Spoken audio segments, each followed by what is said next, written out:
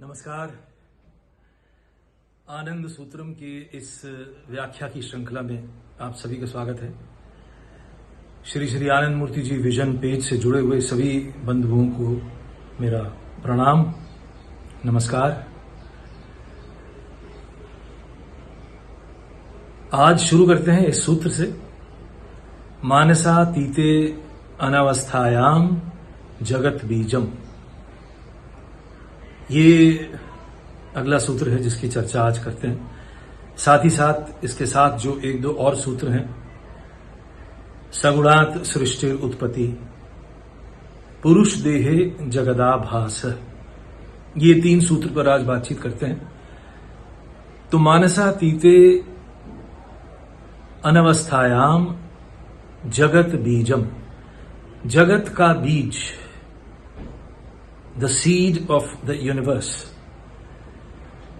ये सवाल बड़ा ही एक माइंड बॉगलिंग सवाल है, पेचीदा सवाल है, विज्ञान के विद्यार्थी के लिए भी और दर्शन के विद्यार्थी के लिए भी। विज्ञान ने अपना एक थ्योरी दिया है जिसे बिग बैंग थ्योरी के नाम से सभी जानते हैं, और वहां से उन्होंने एक ऐसा एक पॉइंट बनाया कि उसको हम आधार मान के चलते हैं कि ये यूनिवर्स का सीड या यूनिवर्स का बीज ऐसे रहा होगा। इसमें अनुमान ज्यादा है और प्रैक्टिकल रियलाइजेशन कम है।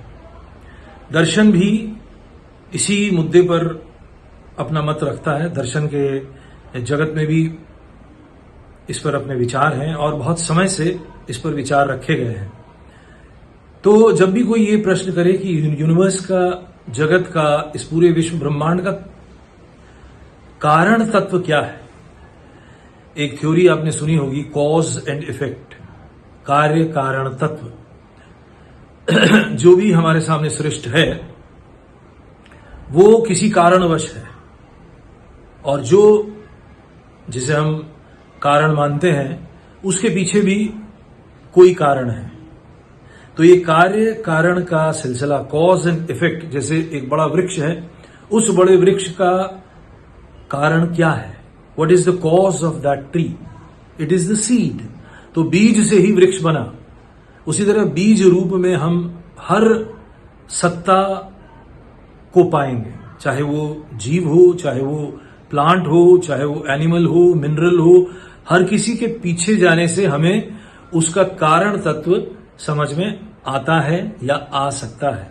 लेकिन कुछ स्थान ऐसे हैं जहां पे जिसके बाद हम कारण को ढूंढ नहीं सकते और कारण का कारण नहीं पता लगा सकते, तो वो ही अनवस्थायाम दोष कहा जाता है। तो जब हम सृष्टि को समझते हैं और सृष्टि के बारे में अध्ययन करते हुए उसके कारण पे जाते हैं, तो हमने 2 धाराओं के बारे में अध्ययन किया है, संचर धारा और प्रतिसंचर धारा।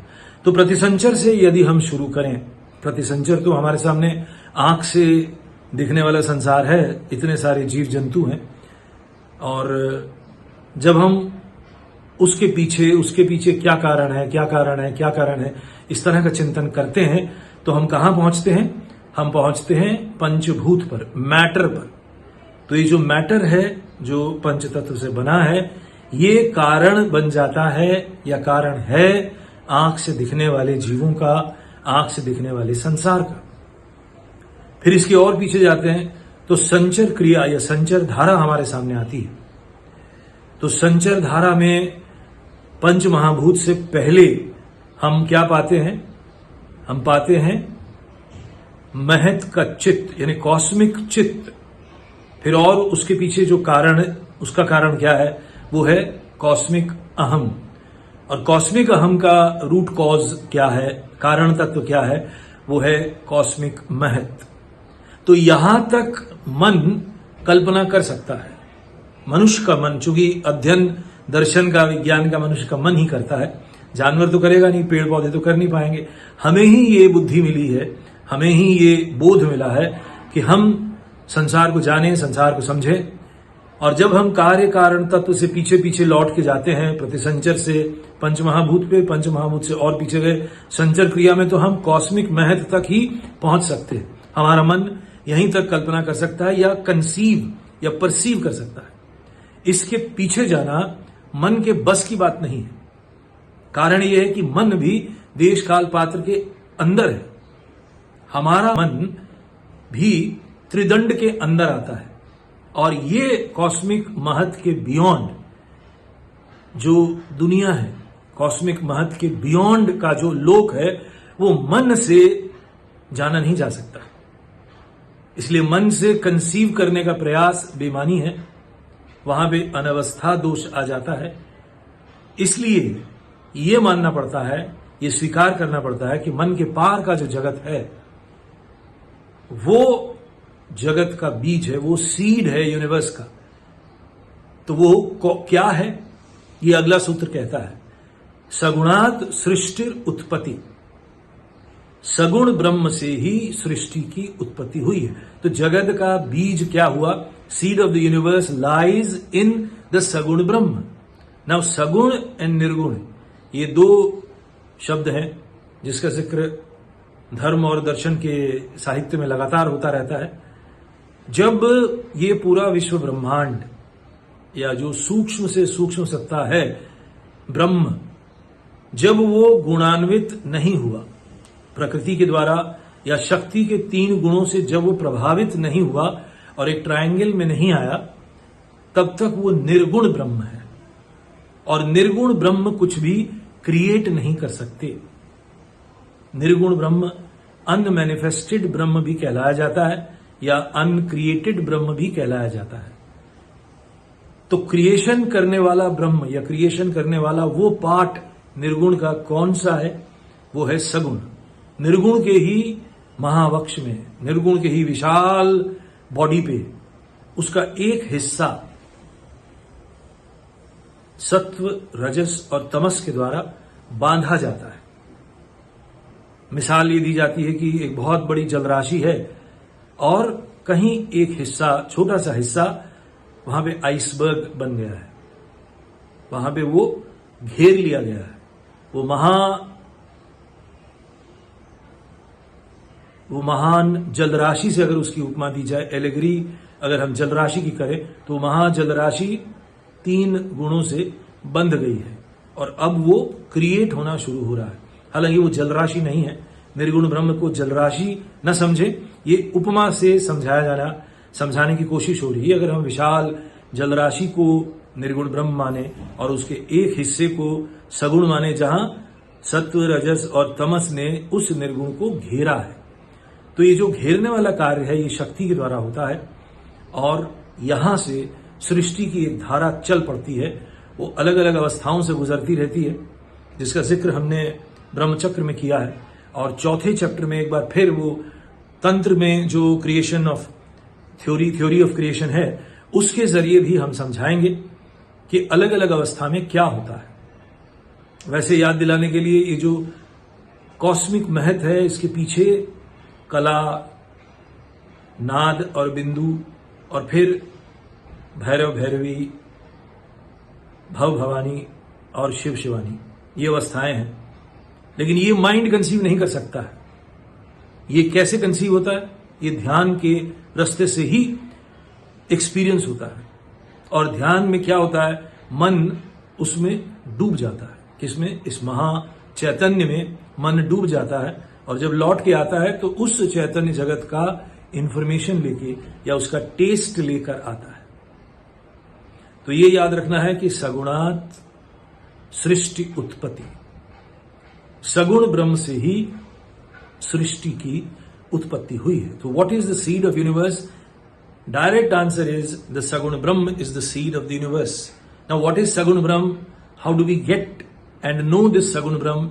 We have to do sadhana and only then we can come close to Saguna Brahma. With mind which functions within the time and place, we cannot conceive Saguna Brahma. It's very, very difficult to conceive and visualize Saguna Brahma within the scope of your time and space. तो मन चूंकि समय काल या देश के अंदर ही मौजूद है, इसलिए मन उसको कंसीव नहीं कर सकता है। इसलिए मानना होगा, इसको अभी थ्योरी के रूप में जानना होगा, स्वीकार करना होगा कि सगुण ब्रह्म सृष्टि का बीज है, यूनिवर्स का बीज है। ये अगला सूत्र था, सगुणात् सृष्टि उत्पत्ति। इसके बाद जो सूत्र है वो है पुरुष देहे जगदाभास। पुरुष की देह में ही पूरा जगत विद्यमान है।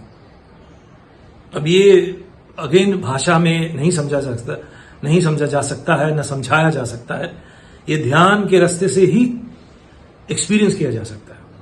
लेकिन थ्योरी में फिर भी हम ये समझ सकते हैं कि ये जो पूरा जगत है, जिसमें करोड़ों ग्रह नक्षत्र हैं, निहारिकाएं हैं, बहुत सारे सन हैं, मून हैं, और ये पृथ्वी जैसे ग्रह हैं, उसके बाद पृथ्वी के अंदर का जो ऑर्गेनिक लाइफ है वो है, पशु, मनुष्य, प्लांट्स, मिनरल्स, छोटे छोटे कीड़े मकोड़े, ये सब इसी पुरुष देह के भीतर है।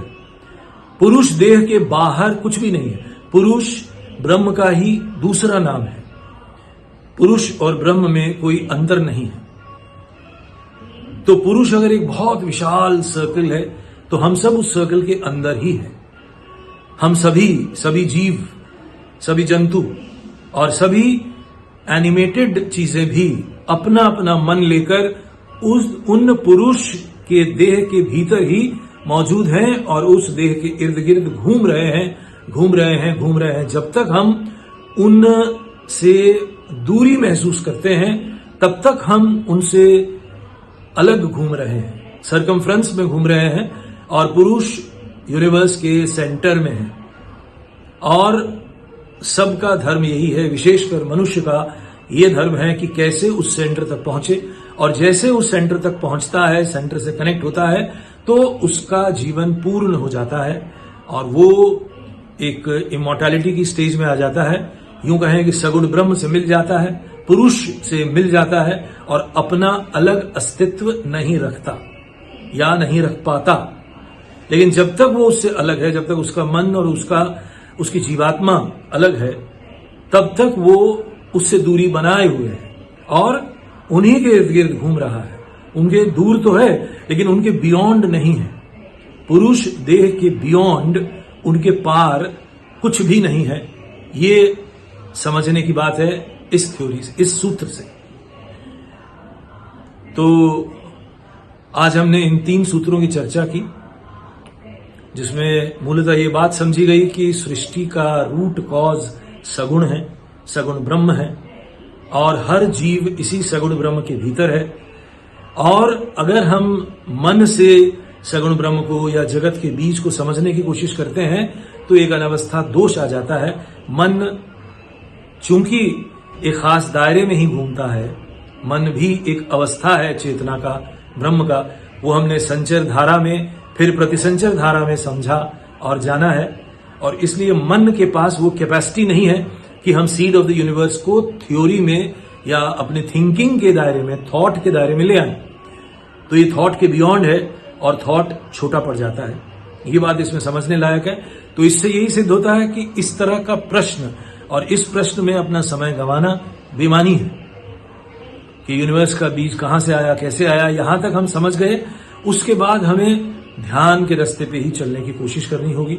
ध्यान एक ऐसी विधि है जो आपके अंदर की एक लेबोरेटरी है, यूं समझना पड़ेगा। जैसे एक वैज्ञानिक बाहर की लेबोरेटरी में काम करता है, उसी तरह एक साधक अपने भीतर की ही लेबोरेटरी में जाता है, मन के ही अलग अलग स्थानों के अंदर जाता है, और भीतर जाते जाते उसका मन वहां पहुंच जाता है जो अमन की अवस्था है, जो नो माइंड की अवस्था है, और वो एक शून्य की अवस्था है, वो आनंद की अवस्था है। उसी आनंद को पाने की चेष्टा करना ही धर्म का लक्ष्य है या धर्म साधना का अर्थ है। तो धर्म साधना से ही हम जगत के बीज को रियलाइज कर सकते हैं, ये मूल बिंदु है। और जब भी हम क्रिएशन को देखें तो वो सगुण ब्रह्म के अंदर ही है, पुरुष देह के भीतर ही है, और वहां सब कुछ है। उसमें ये बात भी समझ में आती है, जब हम सब कुछ है तो मनुष्य कोई सुपीरियर जीव नहीं है। ये बात अपने आप ही, इसका निष्कर्ष ये अपने आप ही निकलता है। हम उतने ही मामूली हैं या हम उतने ही गैर मामूली हैं जितने पौधे हैं, जितने पशु हैं, जितने मिनरल्स हैं, जितने चांद सितारे हैं। सबका एक दूसरे के साथ एक कनेक्शन है, सब एक दूसरे से ऊर्जा ले रहे हैं, दे रहे हैं, वाइब्रेशंस ट्रांसमिट हो रही हैं और रिसीव हो रही हैं। सबका जीवन ओतप्रोत भाव से जुड़ा हुआ है। ये सूत्र पे हमने पहले भी डिस्कस किया था। और ब्रह्म पुरुष ओतप्रोत भाव से सबसे कनेक्टेड है, व्यक्तिगत रूप से भी कनेक्टेड है और सामूहिक रूप से भी कनेक्टेड है। तो एक बहुत बड़ा एक ऑर्डर है इस पूरे विश्व ब्रह्मांड में, पूरे सगुण ब्रह्म में। यहां पे कोई डिसऑर्डर नहीं है, कोई इनजस्टिस नहीं है दरअसल। लेकिन हां, जब हम मनुष्य के जीवन में देखते हैं तो तब किसी तरह की इनजस्टिस और किसी तरह का एक्सप्लॉयटेशन नजर आता है और वहां पे आवाज उठाना भी ये धर्म के अंदर ही आता है। लेकिन हमें मूलतः इन सूत्रों से ये समझना होगा कि ये सृष्टि सबकी है, ये सृष्टि सिर्फ मनुष्य की नहीं है। मनुष्य is one of the entities. तो मनुष्य कोई बहुत इंपॉर्टेंट है ऐसा नहीं है। तो हमारा अपना जो ओवर सेल्फ इंपॉर्टेंस है सोशियो कल्चरल वर्ल्ड में या सोशियो पॉलिटिकल लाइफ में, वो एक प्रकार का झूठ है। इससे यही निष्कर्ष निकलेगा, हम उतने ही साधारण हैं जितना एक वृक्ष, हम उतने ही साधारण हैं जितना एक पशु, या हम उतने ही असाधारण हैं जितना एक सितारा, जितना एक ग्रह नक्षत्र, जितना चांद, जितना सूरज। हम उतने ही असाधारण भी हैं। तो हम वैसे ही हैं जैसे दूसरे हैं।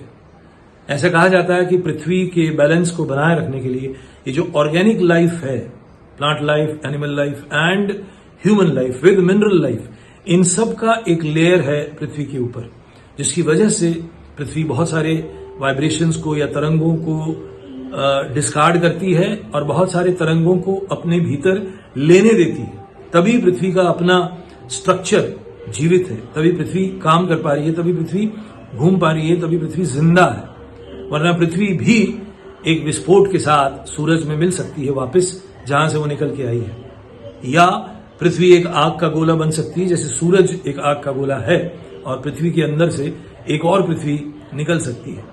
ये अवस्था करोड़ों साल बाद की अवस्था है, लेकिन तब तक पृथ्वी के अपने अस्तित्व के लिए सारा created world living on the planet earth is equally important. This is what can be deduced from these 3 सूत्रास। तो आज के लिए इतना ही। अगले सप्ताह फिर मिलते हैं नए सूत्रों के साथ। तब तक के लिए शुभकामनाएं और नमस्कार।